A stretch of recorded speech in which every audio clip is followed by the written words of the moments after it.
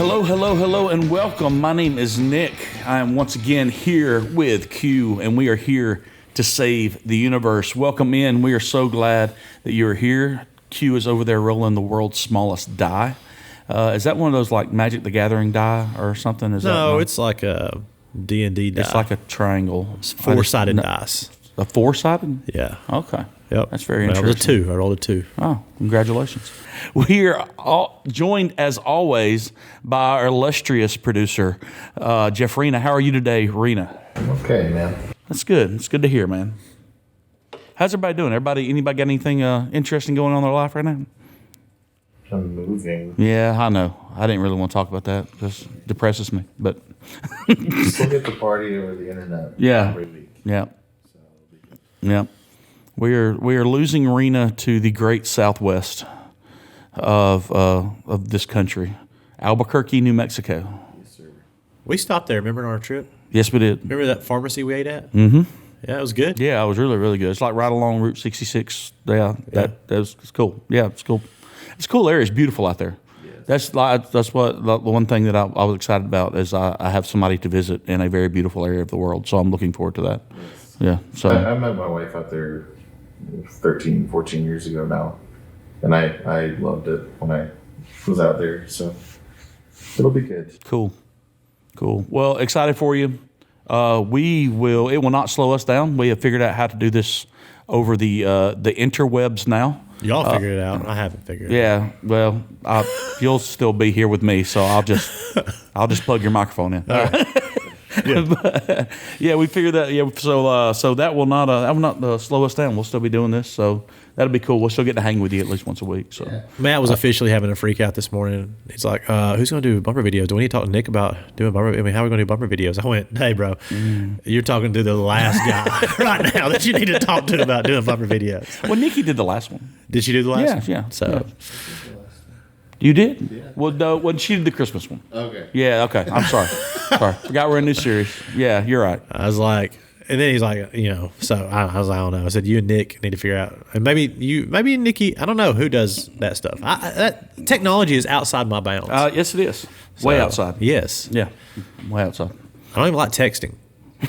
I don't like it. It's weird. I strongly prefer it. If you text me, just so you know out there, anybody knows, if you text me, you get there's a I don't know, maybe a 30% chance I'm going to text you back. I was about to say, I thought you were about to say 50, and it's definitely less Not than 50. 50. It's maybe Yeah. a 30% chance I'm going to text you back. Yeah. But if you call me, like there's probably like a 90% chance if I don't answer it, like I'm calling you back. Yeah, I would say that's probably true. Yeah. Like I really value that, and Yeah. texting just freaks me out.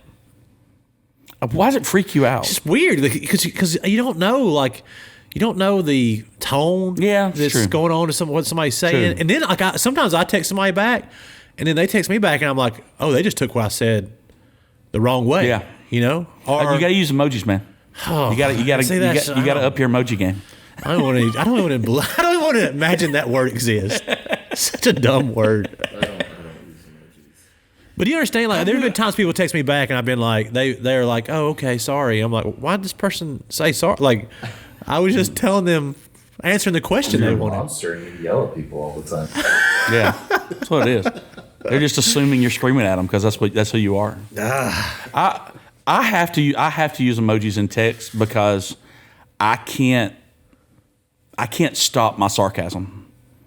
Like I can't turn it off. So I'll be like writing a text and I realize, oh wait, I mean that sarcastic, and they're not gonna take that sarcasm. So I had to put like a winky face at the end of it to make sure that because I'm. Oh, then group texts are worse, and you've been in some of these with me. Where, gosh, where so somebody bad. will say something, Yeah. it don't necessarily bother me, but then I know everybody's in that group. I'm like, oh, this person's going to Yeah. take that this way, and then I feel this like anxiety. I'm like, quit texting me. Let's get in the room and talk it out, guys. That's like replying to me. That's like replying all in an email when you really only need to talk to to the one person. I hate that, and I'm just like, hey, that's why I want to come in and go, hey, you two get together. I don't need to be a part of this conversation. And it's not like, Yeah. I mean, let's be honest, passive aggressiveness is bad enough, but passive aggressive texting is it's the awful. worst. So Like, bad. it's the worst. So bad. When you're like, hey, you send it to like a whole, like our staff will send a text and be like, hey, need to make sure if you use this, that this gets put back. And you're like, just tell the person that left it out to put it back. Yeah.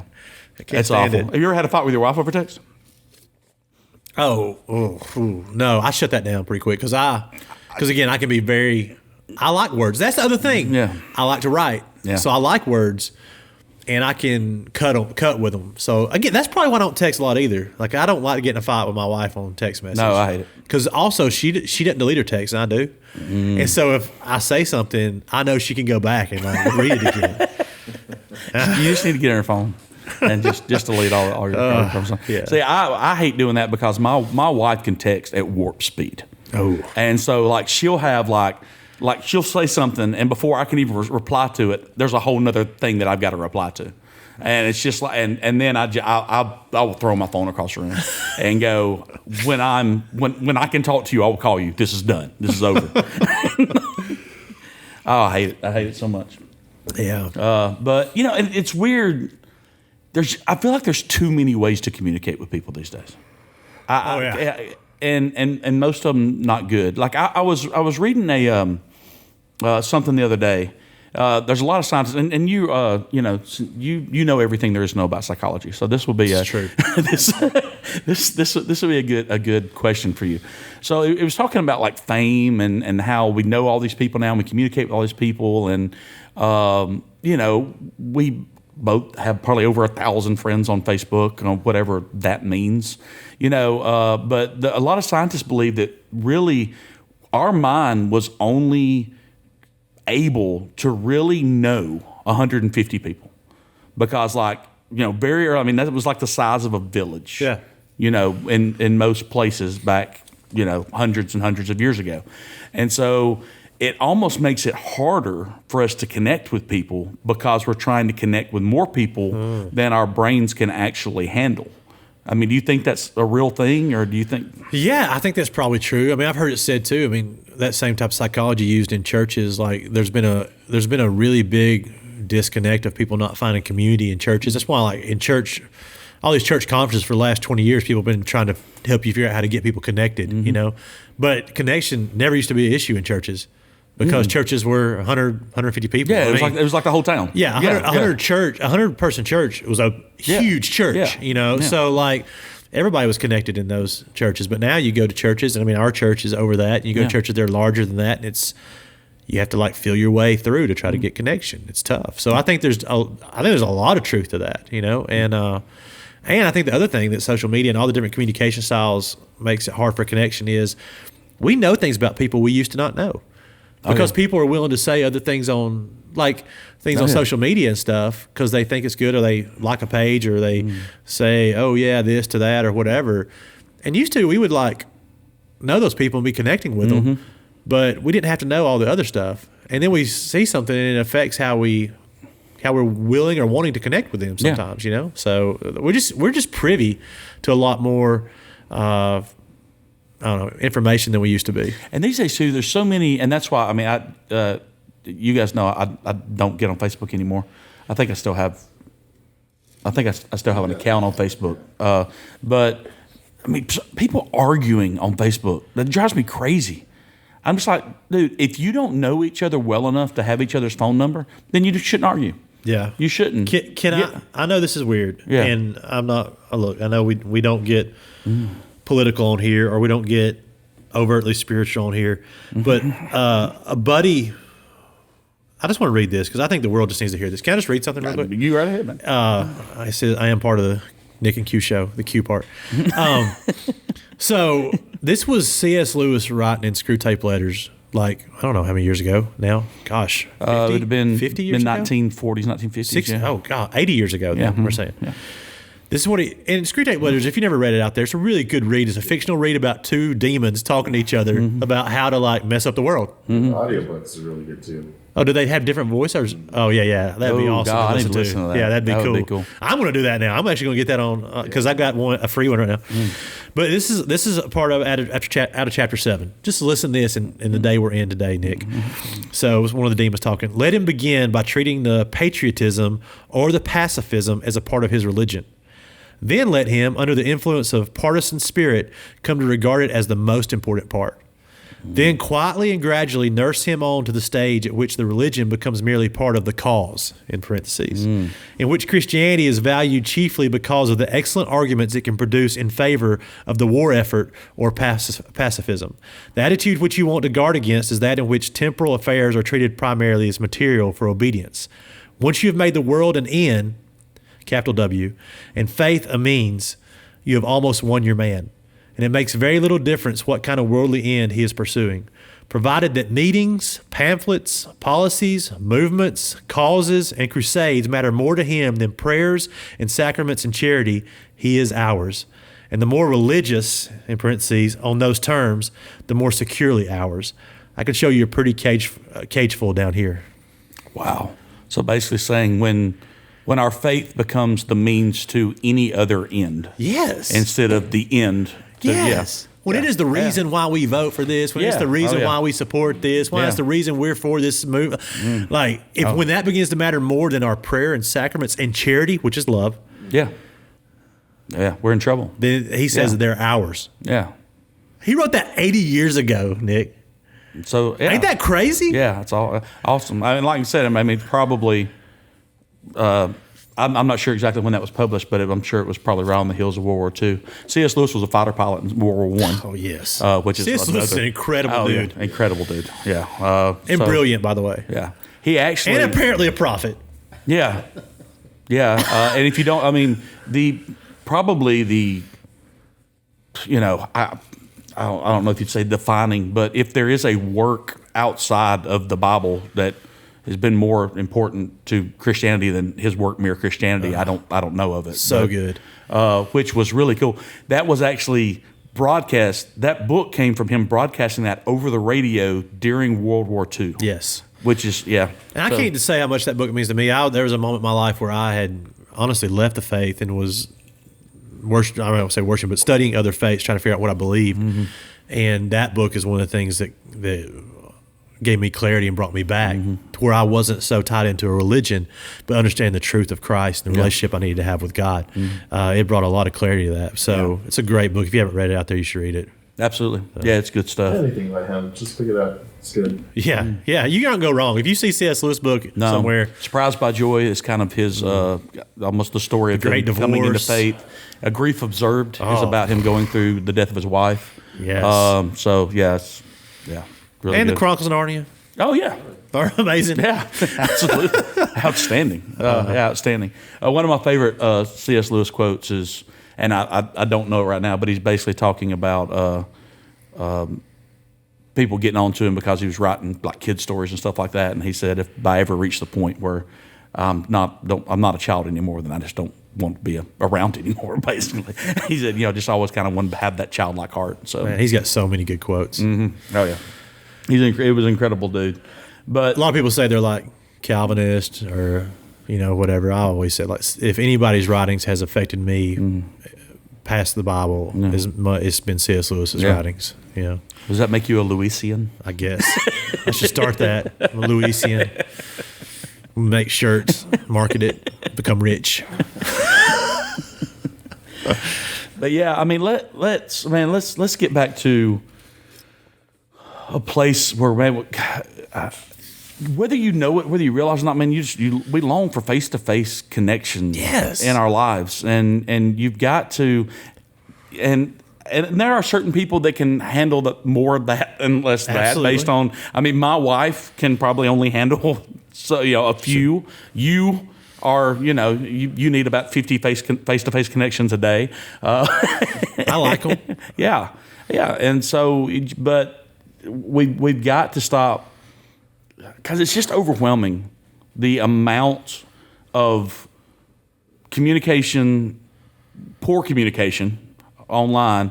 And I got on to my wife the other day. She was reading some horrible story from somewhere on the other side of the world and like getting upset about it. And I just said, stop it. Stop it right now. You're not supposed to even know that happened.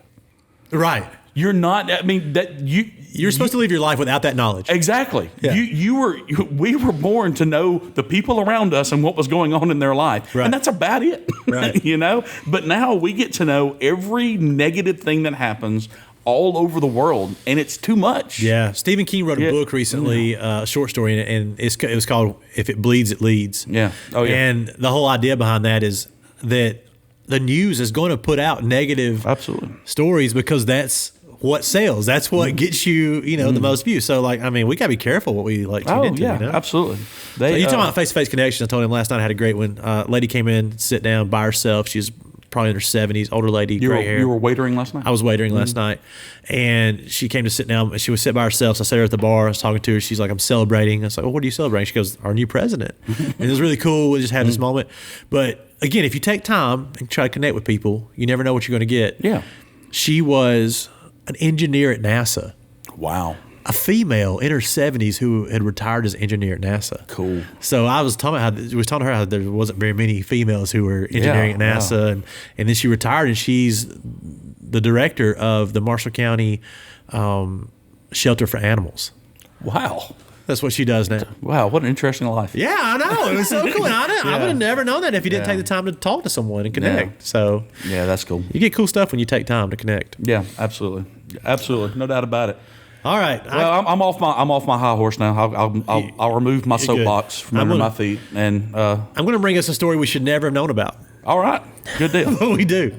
But we're not going to take the negative out of it. We're going to have some fun with it. We're going to have fun. All right. So this story says, this is the headline: Pigeon cheats death after becoming victim of mistaken identity in Australia. All right. All right, can't wait to hear this. So a racing pigeon that faced being killed after it was thought it had traveled 8,000 miles to Australia from the U.S. has been spared after it was found to be the victim of mistaken identity. It says the Australian government said that the bird named Joe, after President-elect Joe Biden, or now our President Joe Biden, could have traveled the 8,000 miles from America over the Pacific Ocean, breaching the country's strict biosecurity rules in the process. They found the pigeon that had a tag on it, identifying it being from Alabama on All December right. 26th. Roll Tide. Roll Tide. You know what state can send a pigeon across all the way to Australia? Absolutely. Alabama. That's Absolutely. right. I guarantee you. I bet I think Saban sent it. I guarantee Saban trained that pigeon. Went through his course. So the country's agriculture department was unsparing and said destruction of the bird would be necessary to protect the country's unique wildlife. So they didn't want it, disrupting, I guess. Well, kind of like we talked about last week, those snakes that were in the wrong country and were killing the bird. Yeah. Yep. Yeah. But, however, the bird is likely to be Australian, they decided. And its blue racing band, indicating it from the U.S., is fake. So the Australian Department of Agriculture later said. So they had a big investigation, and they found out that it doesn't present a biosecurity risk because of this fake racing band from Alabama. In other news, there was a pigeon that was come from Tennessee, and it was carrying a McDonald's sack full of cash.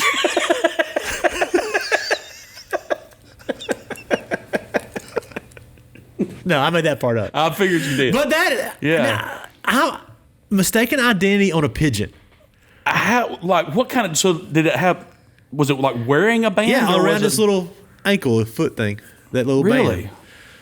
Why would somebody want to put a band on a pigeon to make you think it was from Alabama and Australia? That's what I'm saying. I feel like somebody didn't want to kill this pigeon. Yeah. I mean, what Australian person is sitting around right now going, God, I don't know what I want to do today.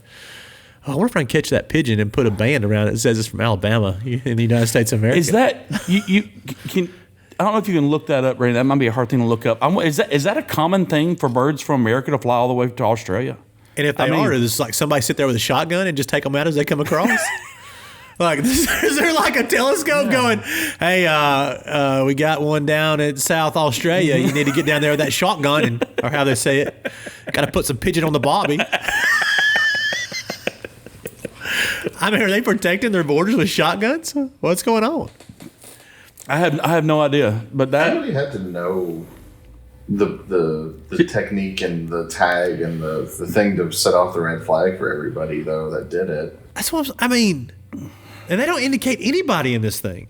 Nobody's indicated in it. Like, who's studying pigeon pigeon labels?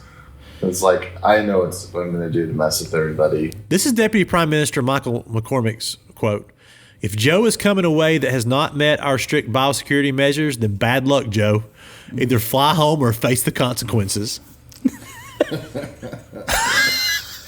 What? So what they do? They like hold like a gun to Joe and go, "Hey, you get back to Alabama, boy, or you're going down." Do they? Do you think they like put a blindfold on him and stick a cigarette in his mouth and he just? Sorry, Joe. Time to face the firing squad. He also said he named him Joe. Said that his wife named him Joe. So she was going to call him Donald, but we thought that might not be politically correct. So we called him Joe instead. I just don't get. I don't know. I mean, do pigeons? Is there some risk of a pigeon that's not an Australian? I mean, I know.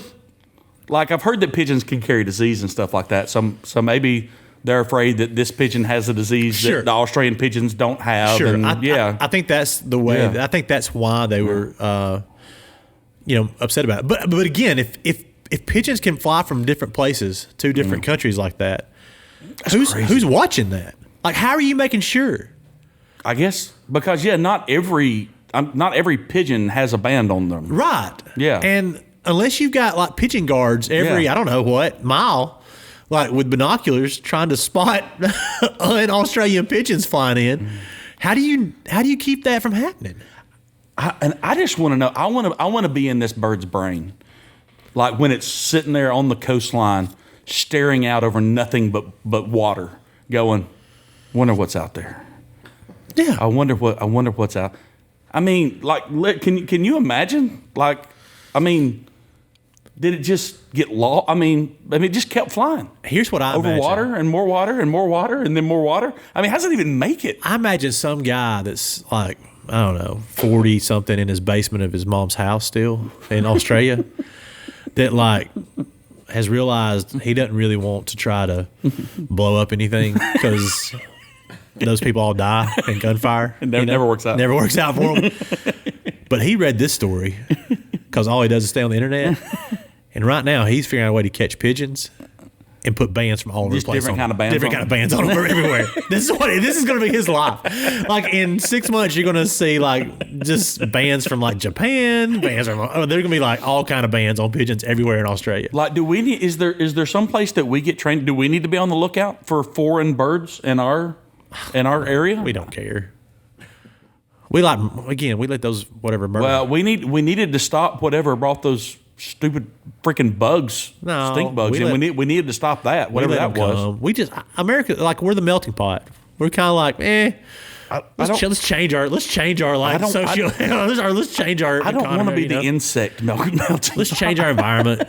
Let's see what happens. I'm for it. Like, actually, I think everybody should bring all their weird. Like, I think people should bring cobras here. No, we've already had this conversation. Just no more snakes. Except tarantulas. I take tarantulas. Cobra is a snake? I mean spiders. Sorry. No more spiders. Except tarantulas. I wish we had tarantulas. And those ones that catch birds. I think that's cool. They're huge. That's freaky. I know, but I would keep them around. Man, you don't like to get rid of those pigeons. Some of the snakes in Australia, I mean, like those are like the deadliest snakes in the world, and they're like sneaky. They don't even rattle for you. Here's what this brought me to, Nick. I don't even know how much time we're at, but here's what this brought me to, Nick. Is this whole idea of mistaken identity for this pigeons? Somebody thought it was something it wasn't. Have you ever met somebody that said they were something they weren't, or have you yourself ever acted as if you were somebody you weren't? I don't think so. I don't think I've ever said I was somebody I wasn't necessarily. Raina, have you? I've been around some people who have probably, I don't know if they said they were somebody they weren't, but they made themselves out to look a whole lot better than they really were. Sure. Look a lot more than they really were. No, I'm talking about straight up just lying. When I was like 14 or 15, I would mess with people on AOL Instant Messenger. You weren't like catfishing. No, I would taunt people. Okay. One time I was coming back from Mentone, You know, I love Mentone. I go there sometimes. One of your favorite places. So I was coming back from there. I was by myself. I just went hiking, and I was driving through. It was on Saturday. I was driving through Geraldine. It's a little small town, and they were having a music festival, bluegrass music festival or something there in their park. Small thing, you know. Mm-hmm. But for some reason, I decided to pull in, and then as I checked in, I told them I was a music executive from Nashville, just to see what would happen. And I got the royal treatment. I got free food brought to me. They sent me this place to listen to these bands and stuff. It was so great. How long ago was this? This is pre-Oregon, so 11, 12 years ago. Gotcha. One time I went to Huntsville when Larry the Cable Guy was there, and I went to eat at Wings, or Baumhauer's now. Yeah. And I told them, it was me and a couple of guys, and we told them we were the writers for him, and we were in town. And we literally, I think McCullers was with me or something. We really like that. What's that thing that he always said? What's that thing that Larry the Cable Guy always said? Oh, get her done. Get her done. Yeah. We said yeah, you know that get her done thing? He wrote that. We pointed to one of the guys. And we sold it the whole night. We did have I guess this was back in high school. Me and some friends went out to eat one night, and one of my friends pretended he was blind for the entire meal. Oh, that's and did not ever get out of character. That's great. I mean, the entire meal. At one point, the waitress was standing right beside the table, and he was like, "Hey, Nicholas, can you get the waitress for us?" That's awesome. That's the stuff I think got a Braille menu, the whole 9 yards. Whoever put this Alabama tag is living this same life we were. I've done a different language for a whole night at a restaurant. I mean, and not I'm sorry, not a different language, a different accent.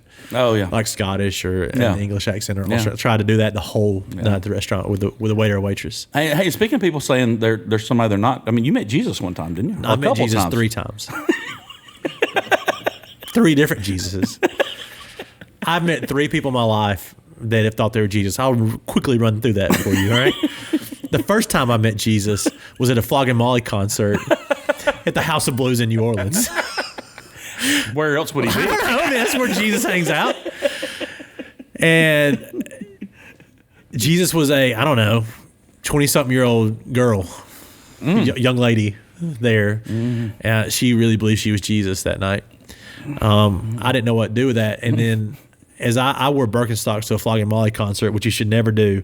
And as I was losing my Birkenstocks, trying to grab them, I saw her passing out in the middle of the crowd, and I went, "Oh, I'm sorry, Jesus. I don't know what to do. I've got one Birkenstock here trying to make it survive."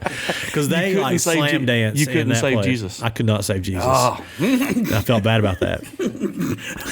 The second time I met Jesus, he was yelling to the top of his lungs in the day room of a homeless shelter because there was dust on the ground, and it was his house, he said, and we should be cleaning his house better. And he was very mad, so mad to the point where I said he couldn't. I said, I didn't call him Jesus, but I said, "You can't stay here. You can't stay here in this day room being this angry. You're going to have to go to the hospital and let them check you out." And he said, "Jesus will go to the hospital, but if Jesus is going to the hospital, he's going naked." And he took off his clothes and walked to the hospital naked. That was the second time I met Jesus. And then the third time I met Jesus was in my office. He came in and asked if he could use the phone. Actually, this guy didn't think he was Jesus at the moment. He had kind of gotten past that.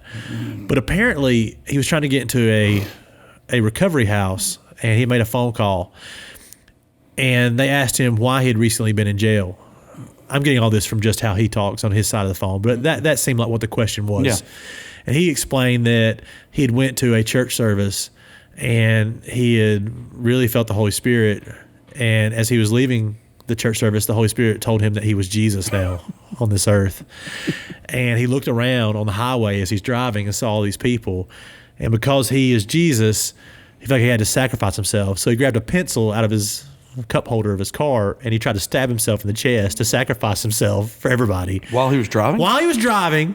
So then he wrecks and hits 3 cars and gets put in jail for it. And then he got denied going to that recovery home. They said they were full. And I told him, never any room for Jesus. Well, I told him next time, why don't you just tell him you had a wreck? Yeah. and that whole story is not necessary. Yeah, that might help you get into recovery home. The whole story about where you thought you were Jesus is probably going to be like a red flag for sometimes folks. Details can be left out. Yeah, but 3 people who thought they were, and I'm 40, so I'm averaging like meeting Jesus once every 13, 14 years. Yeah. Congratulations. Yeah, that's awesome. So, but people thought they were Jesus. It's crazy. People, I mean, sometimes people will act like they're on purpose, like I have, that there's something they're not. And then some people just get to a place where they think there's something they're not. Yeah.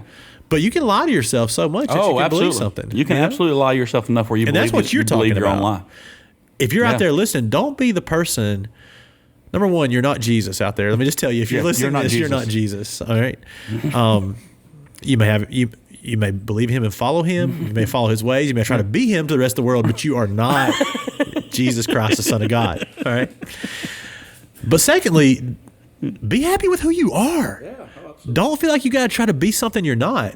Like so many people go into the world and they feel this social pressure, and we're talking about the social media stuff earlier. They feel this pressure to try to be something they're not. Just be you. Like whoever you are, with whatever faults or issues or everything you have, that you that you are is exactly what the world around you needs. Yeah. Like just embrace it. Embrace who you are. And if you want to make little changes, that's okay. Make little changes, but don't be something different than who you are. The world needs our individuality, I was watching a movie the other day. It was about, and we can end up with this, but I was watching a movie the other day where this guy was trying to become a professional wrestler, and he was having a conversation with The Rock, the people's champion, and he said, Rock, how do I become the next you? How do I become the next Rock?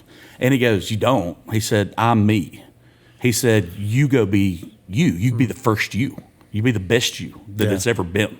And I think that's so, like I said, there's so much influence coming into our brains, going back to what we're saying, that it's like we can't, we look on Instagram and Facebook and Twitter or whatever, and it's like we see this world, and we see this world full of people that we think, man, all those people are better than me. All those people have it better. They're more than me. And it's like, so we have to change ourselves to become some ideal something that isn't even real. Those pictures on Instagram aren't real. Right. It's not real. Nobody ever takes the picture in the middle of the fight or they just take, and so there's some version of ourselves out there that we're chasing that's not real, or there's some version of a life out there that's not real. But real is just so much better. If we can just be ourselves. And if you can do that, what you do is you give a gift to the rest of the world. Yeah. And so, I'm so bummed you're leaving Rena. I'm kind of bummed. But I'm also kind of excited because Albuquerque gets you. And I don't know what Albuquerque needs you and Lauren for, but I think that'd be really great for however you guys are going to affect and impact that culture and that community with Rena. I mean, that's it's a great person, Yeah. And I've always respected about you. I've respected that about him, that he's always been who he was, even when it annoyed the heck out of me. Yeah, absolutely. So yeah, and I'm fine with that. I'm fine if somebody's just being who they are and it annoys me. I'm so much better than people not being who they are and trying to be something they're not and annoying me. Yeah, that's so much worse. So much more annoying. Yeah, just be you. Absolutely. And if it annoys me, it's fine. I know the person I am. I'm me, and it annoys a lot of people. Yeah, me and you. Yeah, absolutely. So, I know I do. So yeah, it's good. It is. Well, we've covered a lot of ground today. A lot to take in. I feel like there's just, man, a lot of. I feel like you probably should run back, listen to this several times, because I think this episode has probably been maybe the most insightful as far as making everyone a better person. We definitely save the universe. Yeah, absolutely. We definitely have.